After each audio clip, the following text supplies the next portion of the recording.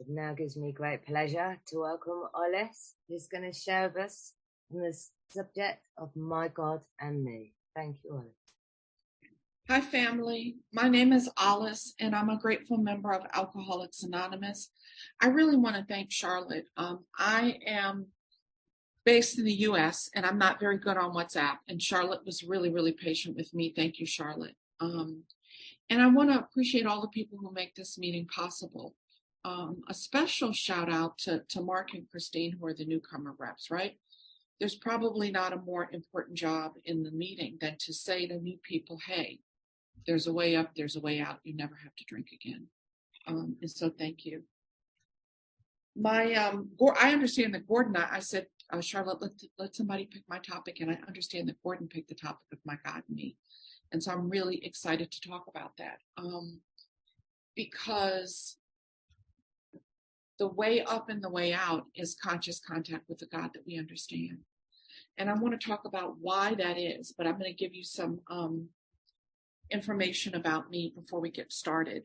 My sobriety date is May 21st, 1987. Yesterday was 13,000 days. What? Nobody's more shocked than me. I have a home group. My home group is the Bronx Big Book Study. We host 17 meetings a week.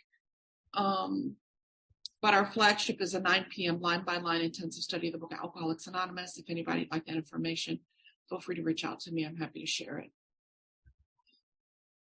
I have a sponsor. Her name is Nancy C. out of Downey, California. She knows that she sponsored me. We talk on Mondays at 10 a.m. And it's not a surprise to her that she's my sponsor. We stay in touch. And I sponsor people. When I got here in 1987, it was the men with the men and the women with the women. And it's still mostly like that for me. But with online meetings, I've sponsored several men. And the truth is that it doesn't really make a difference because it's God in me, right? And I'm leading people to God. I'm not God. I'm no human power. And so if people have the essentials of what makes a great sponsor is made by a great sponsee. That's what makes a great sponsor, right? And if you have the essentials, you're open-minded, you're willing, and you're honest, then you can be led to freedom. You can be led to a power greater than you that will solve all your problems. So I'm going to walk through the steps because I like walking through the steps. And I'm going to talk about God and my relationship with God, me and God in relationship to the steps. So the first thing that I want to acknowledge, and people that have heard me talk have heard me say this, that my first step problem, right? And the first step overall is the one that I got to get. I can finagle and hally-dally, wiggy-waggy on some of the rest of them. Eventually, I will get into pain unless I really do the steps, has been my experience. And it really is, how free do I want to be? It's how much pain do I want to endure? And it's interesting. Knowing how to avoid pain doesn't always motivate me to avoid pain. Sometimes pain motivates me to avoid pain. And sorry about that. And so I want to talk about the first step and my understanding of the first step of Alcoholics Anonymous. My understanding of the first step of Alcoholics Anonymous is that it has 3 parts. And it really is reflected in the logo of Alcoholics Anonymous, right? There's this universe, this circle, and the circle encases everything in my life. My love life, my sex life, my financial life, my family life, my career, my neighborly relations, my relationship with the people in my home group, my social network, everything is in that circle, my universe. And there are 3 evenly sided legs of the triangle, right? Now, the legs of my triangle have not always been equal. As a matter of fact, there's not always even been 3 of them. But in an ideal situation, really what we have is we have 3 sides of a triangle and they're equal. And that structure is known as the equilateral. It apparently is the strongest structure known to man. And it represents my mind, my body, and my spirit. In the first step of Alcoholics Anonymous, really is talking about my mind, my body, and my spirit. And we're in the book of Alcoholics Anonymous, and I'll refer to the book of Alcoholics Anonymous a lot, right? And to Crystal, welcome to a new way of life, baby girl. Welcome to a new way of life. The book of Alcoholics Anonymous, which I believe is our basic text, I really believe that when I can see myself in the book and I can build an understanding of that basic text in relationship to my life, not Bill, not Bob, not Hank, not Fitz, not the founders, but when I can take the words in the book and relate them to my life, it begins to build a path to freedom for me. And the first thing that I need to understand is that I'm bodily different than my fellows. I got to Alcoholics Anonymous and I was 26. I'm 62 now. And so I've been here longer than I was alive when I got to Alcoholics Anonymous. I started drinking at 4 years old. I switched to Scotch at 8 and 13. I had my first meter drunk at a bar. And so when I got here at 26, I'd gotten it in. I'd really gotten it in. And I had a hard time because I was 26 and I still had my teeth, right? Because I grew up with seizure alcoholics. I grew up with women that had seizures. And so if I wasn't having a seizure, I thought, well, I still got some good drinking left in me. And it took a while for me to understand that the allergy that they talk about in the book of Alcoholics Anonymous doesn't mean I drink and I can't. It doesn't mean I drink and I have a seizure. It means that my body reacts abnormally to alcohol. The abnormal reaction that I had to alcohol was that I could drink a lot of it. I could drink a lot of it. I prided myself on drinking big grown men up underneath the table. Anybody else pride yourself on that? Oh, I prided myself on that. Poor guys would take me out and try to get me drunk. Man, you're about to get fleeced at the bar, right? Because my capacity was abnormal. And that's the manifestation of the allergy in my body. But more importantly, the manifestation of my body is found on the top, for me, of page 44. And it opens We Agnostic, and it says, when you honestly want to quit for good and for all, like forever. You know when I wanted to quit forever? In the bathroom. Anybody relate to this? In the bathroom on the floor with my face pressed up against the toilet. Man, I wanted to quit then, for good and for all. I swore to God I was going to never drink. You ever been in that nasty public bathroom and have to be in there throwing up? I'm not going to do this anymore. This is shenanigans and foolery. I'm a dignified woman. I'm not going to do that. Yeah, I wanted to quit for good and for all. But because of the reaction of alcohol in my body, it turns out that when I wanted to quit for good and for all, I couldn't quit. I would believe that I was making a decision to drink again. The other thing it says at the top of 44 is it says that, or if when drinking, so you want to quit and you find you can't, or when you're drinking, you can't control how much. I bet y'all got this in the UK and in Kenya too. Happy hour. Who's got happy hour where they live? Happy hour. Where the drinks is cheap, but then they lure you in and the price goes up. And I would swear to God I was leaving when the price went up. But here's the thing. It doesn't matter how much.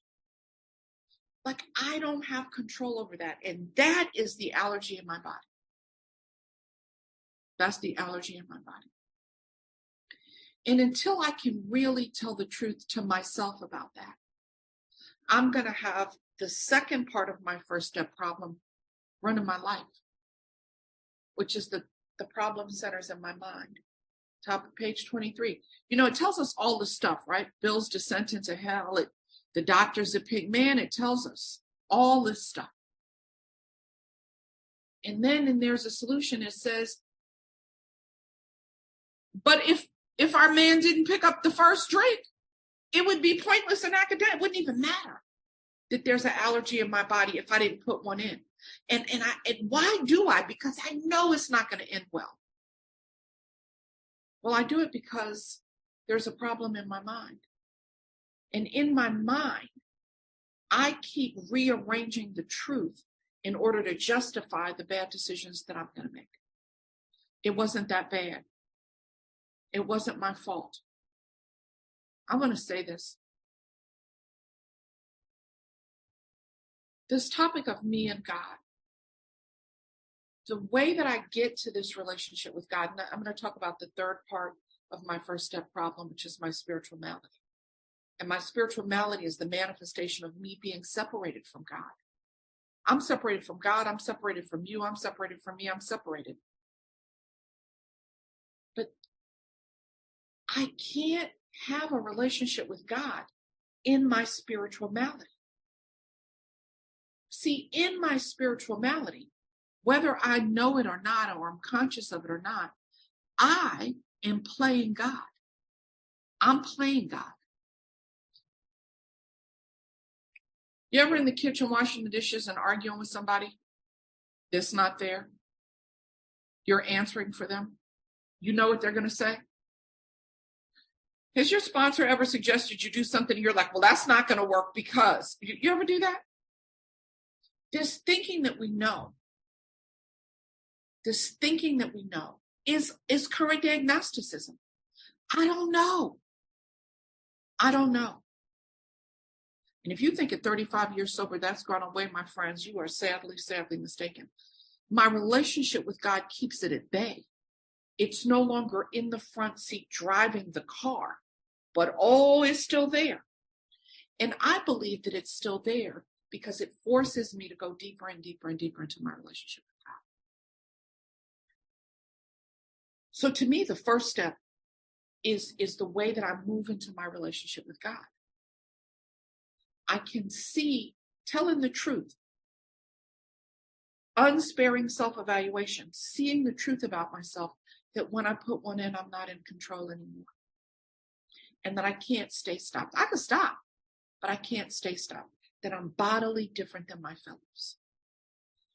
And the second part, the problem centers in my mind in this relentless pursuit of a new idea, how it's going to be different if I just do this. Oh my God, so many good ideas. So many good ideas. They didn't work. So many good ideas. They didn't work. They didn't work. And when I have a lot of good ideas that don't work, I have to find somebody else to blame the failure on other than me so that I can then justify coming up with another good idea. Right? It's got to be your fault. But my friends, victims, when it's somebody else's fault, do not recover. Victims do not recover. As long as it's somebody else's fault, I can't do nothing about that. It's only when I can see the truth about myself that I can begin to turn to God and ask God to cast out the things that separate me from God.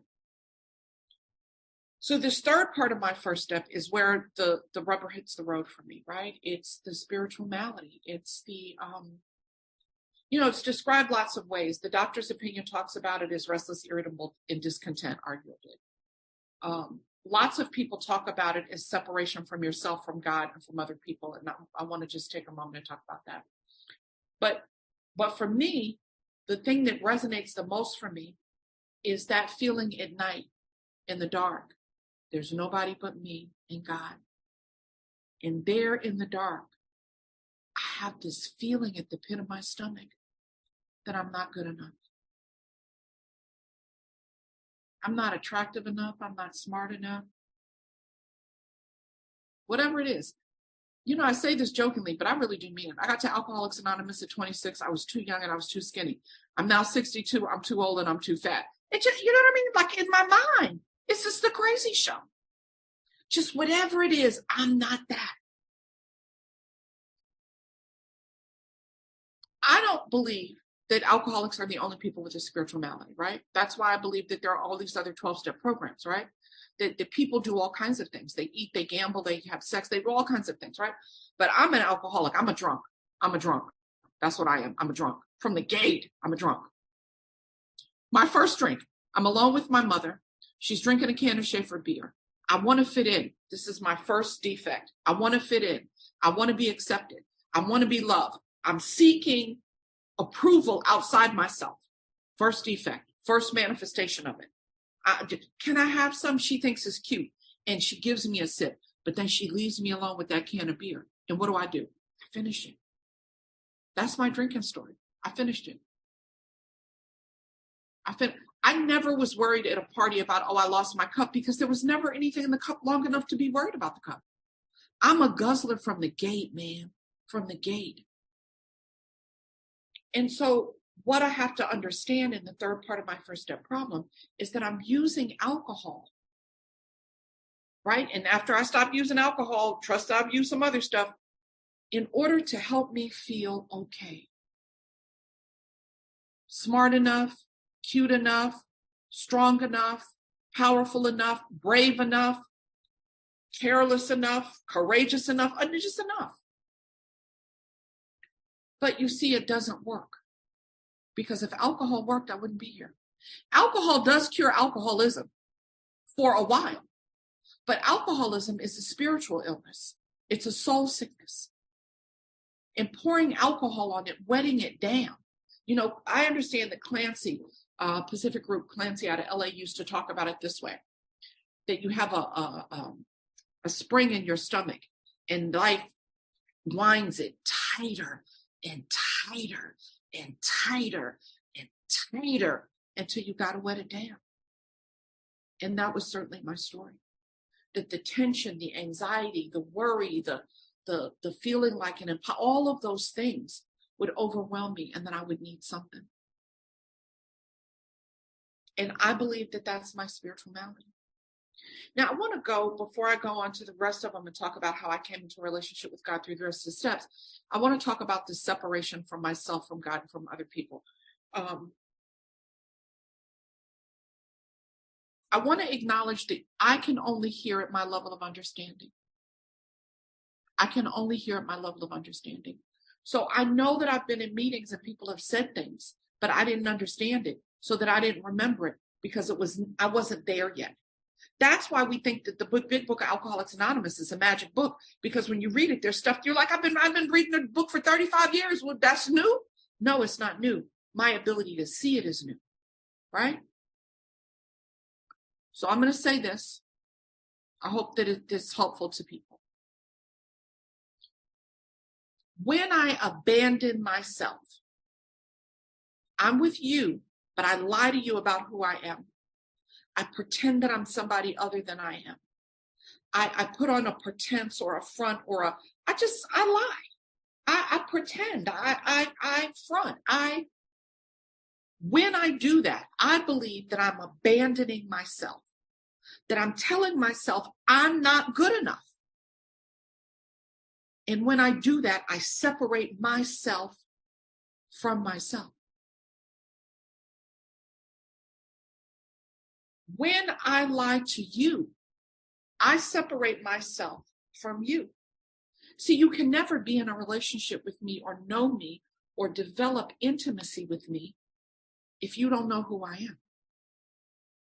And this telling you something about me that's not true, telling you what I think you need to hear to accept me, means you accept a version of me that is not true, which means I've separated myself from you. And when I separate myself from me and from you, I've separated myself from God, because God made me as I am. And so when I lie about who I am, seeking outside approval, Bill talks about in his story, money and applause my way, man. Money and applause my way. I'm going to prove to the world, right? That when I do that, I'm actually effectively saying to God, you didn't make me good enough. I'm going to be somebody else. And it separates me from God. And I believe that happens in my first step, my spiritual malady. And so I get to Alcoholics Anonymous, and if you're like me, you have the gift of desperation, right? I'm hooked. And I'm looking for something outside me, right? New. because I had something outside me, scotch, when I got here. There was a power greater than me. So I'm looking for something new outside of me, because inside me, I don't have what it takes. I've tried. I've prayed on the bathroom floor. I've gone to church. I've had hands. I've done it. I've done it. I've done it. And so then you offer me the second step. And I believe the second step isn't the coming to believe part. I believe that the second step is the restoration to sanity part. That it's not that I need to believe in something as much as I need to believe in something that can restore me to sanity. There are many things I've believed in that have burnt my life to the ground. Come on, guys. Other than drinking. Other than drinking. You ever get into a relationship and you know this is the one? Oh, better. You ever get a job? Oh, this is going to fix it. Oh, you know how you need that new car, or you're going to move to a new place? You're going to, remember this? Oh, here's one of my favorites. When I lose weight. No, you're going to be exactly who you are in clothes that are too big, girl. It's the same thing. And this notion, right? That, oh, I'm going to believe that my weight or my job or my career or my relationship, alcohol, it's a lie, because none of those things restore me to sanity. So for me, the second step is coming to believe that the Most High can restore me to sanity. The Most High. Now, we don't have any opinion on religion, or it's a spiritual program. Looks super Christian, but it's a spiritual program, right? I don't care if you believe in the Orishas, in Odin, in Buddha, in Allah, the Hindu deities. I don't care. I believe that we need to create different names for the one thing, the one universe. Do you know that the sun that gives our planet life is a star? Do you know that? Do you know that there are billions of stars? And what do we think? We think we got the only planet and the only form of life. We think that our God, I've talked to people and they're like, it's hilarious. I am fill in the blank. Whatever. I'm a Jehovah's Witness. I'm a Seventh-day Adventist. I'm a Roman Catholic. And the only people that are going to heaven are the people who believe in my version of the what? I've moved on from all of that. And in two, I'm just trying to get to the Most High. The one that gives me breath, the one that makes the planet spin. You know, we're on a rock spinning in outer space. We don't fall off like gravity, like the Most High. That's for me too. It's moving towards this relationship with a God that I don't understand. Now, in the book, We Agnostic talks about it as a conception. And I have begun to really believe it as like the sperm and the egg, that you have these two separate things that come together. Me and an idea of the Most High come together, and it forms, like the sperm and the egg, a completely separate thing, independent of either of the two things that came together. The God in my life that I believe in, that I'm having an ever-evolving conception of, is not the one that I believed in when I got here. It's ever-evolving. And it's not just within me. It's within me. It's without me. It's in you. We're all connected in a web of life. That's how I've come to believe in it. And believe however you want to believe, right? It's just believe. I think this is the most important part of the second step. I'm not God. I'm not God. That when I can see that I'm not God, then I can begin to chip away at my tendency to move from God reliance to self-reliance. Maybe I should say that differently. When I can admit that I'm not God, and that doing things my way burnt my life to the ground, got me drunk, got me unemployed, got me homeless, got me who? And I can see that moving towards God reliance away from self-reliance is the way to go. Then I can begin building a consciousness that keeps me out of current day agnosticism. Current day agnosticism, what is that? I believe there's a God, but I mean, there's a crisis somewhere in the world and God is over there helping those poor people. I'm running this right here. I got this. It's my tendency to do that's really strong. And so the second step for me is this coming to believe that there's a power and it's not me, and that power can restore me to sanity. And then in the third step, what I'm doing is I'm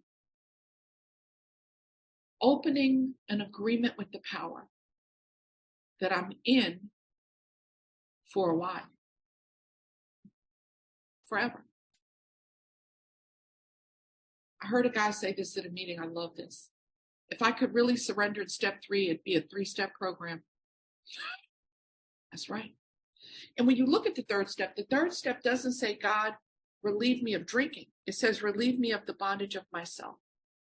Because the real deal in Alcoholics Anonymous is that I'm self-seeking, self-righteous, self-centered, selfish, self-loathing, self-pitying. I'm self. That's for me, my understanding of the text in the program that I'm working. How do I get out of self? How do I get out of self? And so in 3, I make this deal. If you would relieve me of the suffering in my life, I will go out and spread the good word that you are the way. That's what the third step says to me. I offer myself to build with me. Why? Because of this, on my own, I'm a scrap heap. And do with me, build with me and do with me. Don't build with me and then I'm going to go off. Build with me and then use me. Make me useful and use me. Right? That's how I have God in my life. Make me useful and use me. And then I say, take away my difficulties, not because I'm a good person and I deserve that. I've suffered a lot. Oh my God, I was molested, my mother, blah, blah, blah, blah, blah. No. Take away my difficulties so that victory over them would bear witness to those I would help. I will help me and I will go help others. Help me, I'll help them. Please.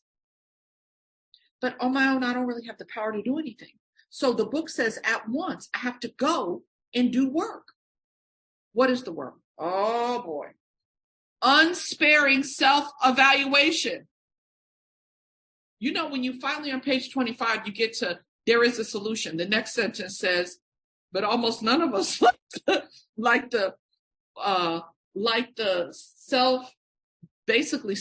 think it says self-examination, the self-examination, the confession of our shortcomings, right? Nobody wants to do the work, but 4 is this process of beginning to do a self-examination.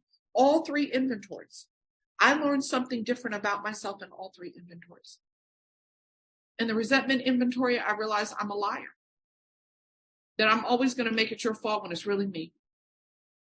That in fact, I probably have done the thing that I put in column 2 to you in column 1.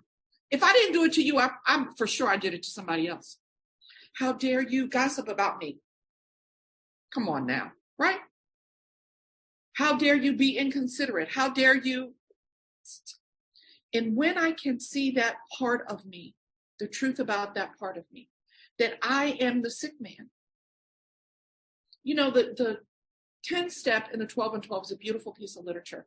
And it has this sentence that for me is a gut punch. It says, and finally, we come to see that like others, we're emotionally ill and frequently wrong. What? Yeah, that's what it is. And I begin to see that in 4, right? And then in the fear inventory, I see that fear's been running the show. Fear's been running the show. It's like the engine in my car. It's been running the show. I've taken to saying that it's not why I'm disturbed, because why I'm disturbed is something you did. And I'm going to have a lovely story about that. The question is, why am I disturbable? Which I can begin to understand using the third column in the fourth step. What is it that you did what did you affect? My self-esteem, my pride, my ambition, my security, my personal relationship, my pocketbook, what? Because I'm disturbable because I have an underlying fear. Where is it? Because I need to see it, not so that I can cast it out because I don't have the power to do that, but so that I can turn to God and ask God to cast it out. Bill says, and the book says in a couple of places, Bill says, fear sobered me for a bit. So there's good fear. Mostly not in my life, but there's good fear. And then he says, but self-knowledge wasn't enough. So me knowing what's wrong with me knowing my patterns of behavior, me knowing my tendencies, me knowing that isn't enough. I need to go further and have this relationship with God. See, in 5, I go to somebody, so in sex, let's talk about sex. I don't know why we're afraid to talk about sex. Come on, let's talk about sex. It's God-given, and nobody has the right to have any judgment about anybody else's sex conduct. I don't have any opinion. Whatever you want to do, woohoo, yay for you, right? But I'm looking at in the inventory the ways that I've used my God-given power to have power over other people, to take advantage of other people. You ready? Ladies, you're not interested in that guy, but you need some stuff fixed at your house. You might need a bill paid. You want to go to that new restaurant? Come on, ladies, right? Guys, you know how you're not really interested in her? You're not interested, but you're going to take her to dinner and you're going to pay them bills because you want what you want, right? This way that we use each other. And what I learned in that third inventory in the fourth step is that if I really trust God, I don't have to use other people. I don't have to use the resources that God gave me to manipulate other people. That's why I love that paragraph on the top of page 100. That when we look back, we realize the things that came to us, I don't have to go make it happen, are greater than anything that we could have planned. That it's this surrender to God that allows my blessings to flow to me. And in 5, I tell somebody all the stuff I've written down. If I wrote it down, I say it. If you take the time to write it, say it. And they help me see the pattern of pain that I've created in my life. Because that pattern is what's blocking me from God. That pattern where, oh my God, there's something wrong. I always attract the same person. No, boo-boo. I'm not attracting the same person. I'm the same person. I get into a relationship with a different person, but it can't have a different outcome because I act the same. That I'm trapped in a pattern that I can't see. And the 5th step helps me see it so that I can surrender it, because that pattern is what's blocking me from my relationship with God. And then at 6 and 7, it's just me. Don't be fooled by it's only 2 paragraphs, 6 and 7. Every day I see something about myself that's objectionable. That's the truth. I do objectionable things and I'm like, don't do it, don't do it, don't do it, don't do it. I do it. 35 years sober. Now, they're not as bad as the things I used to do mostly, but I'm not perfect. Keys of the Kingdom on page 275. I love that paragraph too. And the paragraph says that AA is not a program of recovery that can be finished and done with. It's a way of living. And the principles contained is enough to keep anybody striving for as long as they live. I can never quite get all the balls in the air. But in 6, I'm admitting the things that are objectionable. These things are objectionable, God. They're objectionable. They're objectionable. Just the admission that they're objectionable. That's what I'm doing. And in 7, I'm saying, would you just have all of me?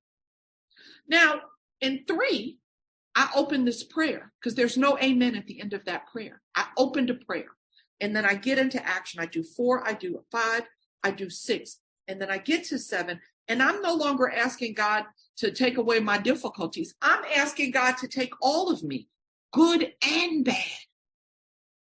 Well, that's some growth. Because in 3, I thought I knew the difference between good and bad. And in 7, I admit I don't know the difference. Just take all of me. Just take all of me. You know, the only steps that are combined as one writing in the book of Alcoholics Anonymous is 8 and 9 are combined. They're written together. And it's because 8 really, for me, is the preparation for 9, right? And it's all about, initially, the 2 things I have to do. One is practical and one is spiritual. Practical one, I have to make this list. I have to go all the way through 4. All the stuff I learned at 5. Put that list together. And then I need to sit quietly and think, is there anybody that I don't have a resentment against, that there was no fear and I didn't have no sexual conduct with them that will belong on this list? And trust me, there are people that belong on my list that wasn't none of them 3. Here's a simple example. We're in a study group and I sure don't like you. I just don't like you. We get the assignment and you wasn't in class. I don't tell you about the assignment because I don't like you. I don't have a resentment. I just didn't like you. I didn't have sex with you. There was no fear, but I did you wrong. And I have to admit that and put that person on the list. And I'm not doing it for the people. Although, yes, I'm setting right the wrongs that I've done. I'm repairing the harm that I've done. So I think about it like a universe is a web. And in the web, all of us are here. Insects, people, the people I love, the people I hate, the people that are dead, the people that are alive, the people that are yet to come. We're all in the web. And when I injure another thing in the web, I've torn the web. And my job is to go back and mend the web. Because I want the web to be whole so that the power of God can flow to me. If I'm tearing the web all around me, how's the power going to flow to me? That's how I think about it. I invite you to your own thought. And in 9, I prove that I believe in God. I prove it. Because if I really believe in God, I really believe that God loves me, then I'm not afraid of you. I can come to you and say, I've harmed you. Here's exactly what I've done. Is there anything else? Oh, how about that question? Is there anything else? How do I make it right? I believe that surrender, because to me, that's a surrender. That surrender, that humility, that willingness to potentially put ourselves in harm's way in order to set things right with God cracks us open. It's cracked me open. And those are the starter kit steps. And then we get to the adult steps, right? 10, 11, 12. They are not, my friends, maintenance steps. That we continue to grow in our effectiveness and our understanding. We continue to grow. I believe that step 10 is 1, 2, 3, 4, 5, 6, 7, 8, 9, all bound up. It's the keeping it clean. It's the keeping it. You know, I am neurotically neat and clean. I'm sure there's a diagnosis for this. The floors are white, the walls are white, everything is white. The sheets are white, everything's white. And so I'm perpetually cleaning. And it's like an analogy for my spiritual life. Perpetually cleaning, perpetually cleaning, perpetually cleaning. And the thing is that the cleaner something is, the easier it is to see when it's dirty. See, when everything is a mess, it's hard to see what's a mess because everything's a mess.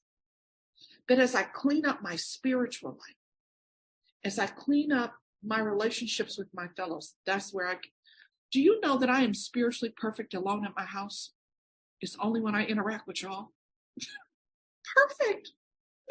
I levitate. It's amazing. But as soon as I interact with you, then I'm human again. I don't know what that is. In the cleaning up my relationships with people, right, is what allows me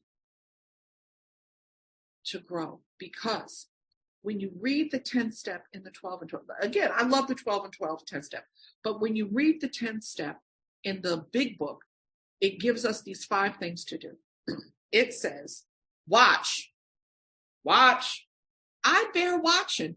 I have to train myself to watch me. I'm going to talk about this when I get to step 11. I'm sure I'm out of time. I'm going to talk about this when I get to step 11. This nightly inventory. But the nightly inventory has these 10 questions, and one of them is dishonesty. I'm going to come back to it. But I used to think that dishonesty was the lie that I was telling you. Dishonesty that I really need to watch for is the lie that I'm telling me, the delusion that I'm in. Okay, so here's the delusion I'm in. How I look on the outside is a good indication of my health. That's a delusion. That's a delusion. That's a delusion.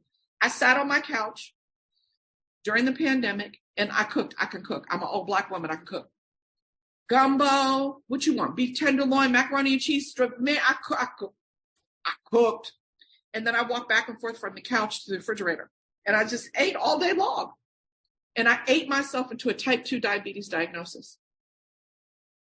I did that because I was under the delusion that how I looked is no, that's not the gauge, boo-boo.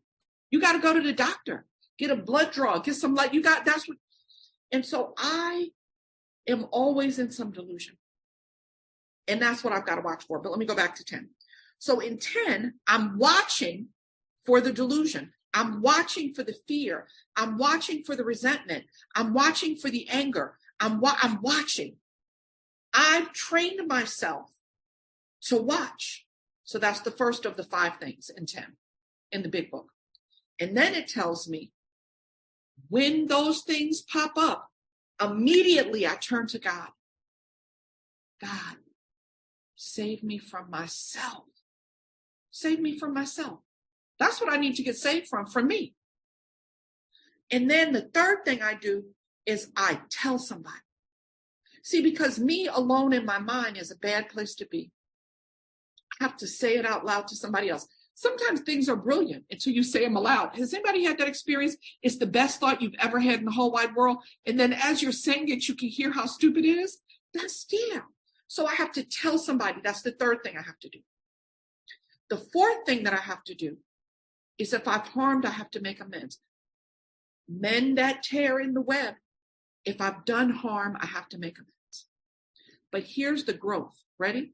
Now, if I only watch, turn to God, tell somebody, make amends, I've set it even. But we're not in a maintenance program. We're in a growth program.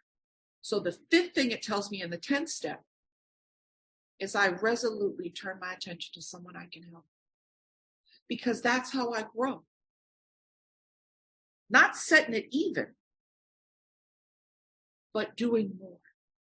That's what's required of me for the life that I have. More is required. More that is given, more is required, right? And then 11. 11 has clear direction, page 86, page 86, page 86.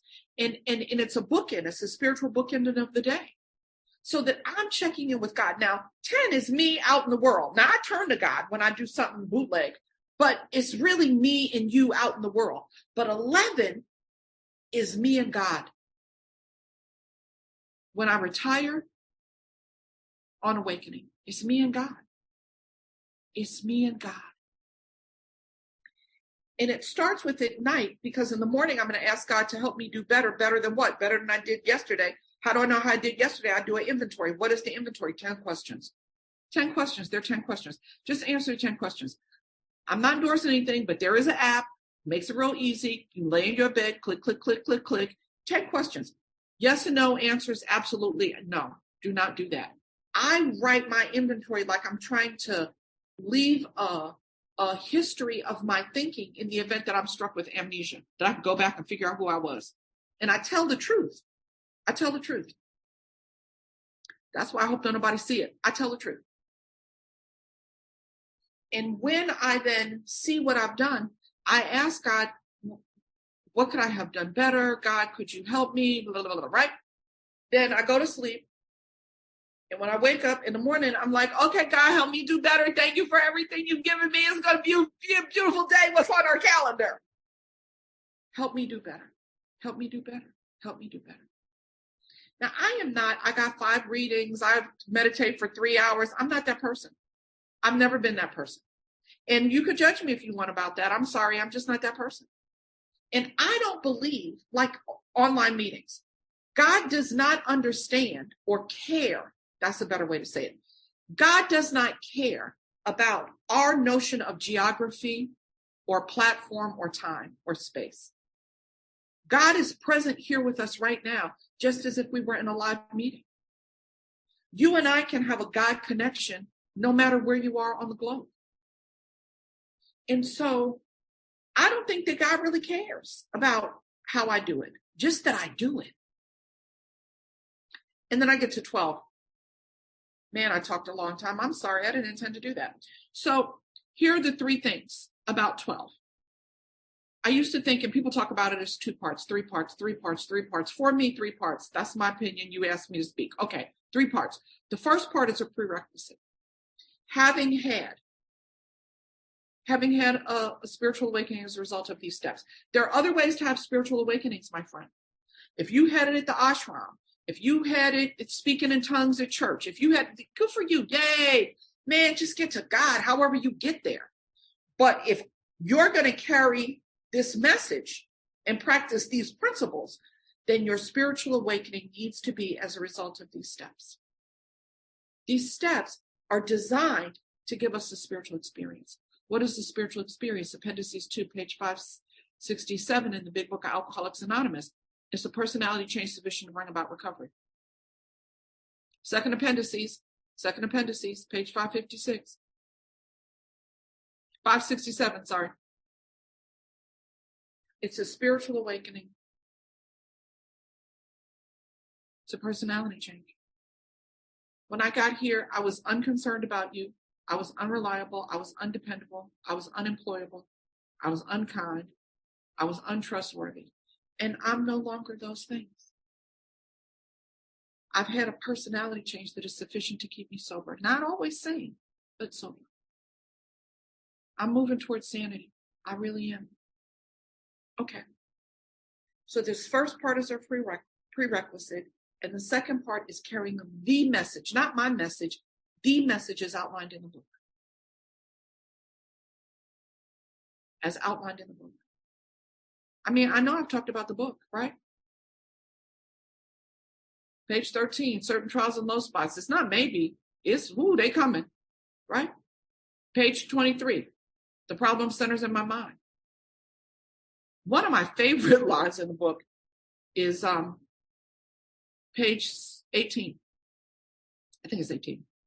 It says, we've annihilated all things worthwhile in life. Why is that? And there's a solution. Because I'm not going to do the work to get to the solution until I understand the problem. And what is the problem? I've annihilated all things worthwhile in life. I'm a tornado roaring through the lives of the people that I love. I'm the problem. I'm a mess. I've talked about page 100. You and the new man must walk day by day in this path of spiritual progress, right? I've talked about page 275. I'm carrying the messages outlined in the book. And what is the third part of the 12 step? You know, I forever thought that it meant I was nice to everybody. I just went out and I was nice in all of my places. Yeah, that's true. But what's more true is that when I am disturbed, I use the tools to understand why I'm disturbable, to remove the fear that is driving my life so that it can get out of the way so that I can get into a deeper relationship with God. The practicing of the principles is the use of the tools. Am I using the 4th step when I need to? Am I doing spot inventory? Am I making amends? Am I being useful to other people? Am I practicing these unsparing self-evaluation, prayer, and meditation? Am I using those in all of my affairs? I really appreciate the opportunity to be here and to speak. You know, I was just on a different vibe today, and at least it felt like that to me. And so I hope that what I had to share was useful. I hope that I really did talk about me and God, because it's everything is me and God. And I pray that you this holiday season can be a joy maker, and you can go and shine the joy into somebody's life that you long for, that you can be the blessing for somebody that you wish for, that we can all take this gift of life that we've been given and use it to good account. Thank you.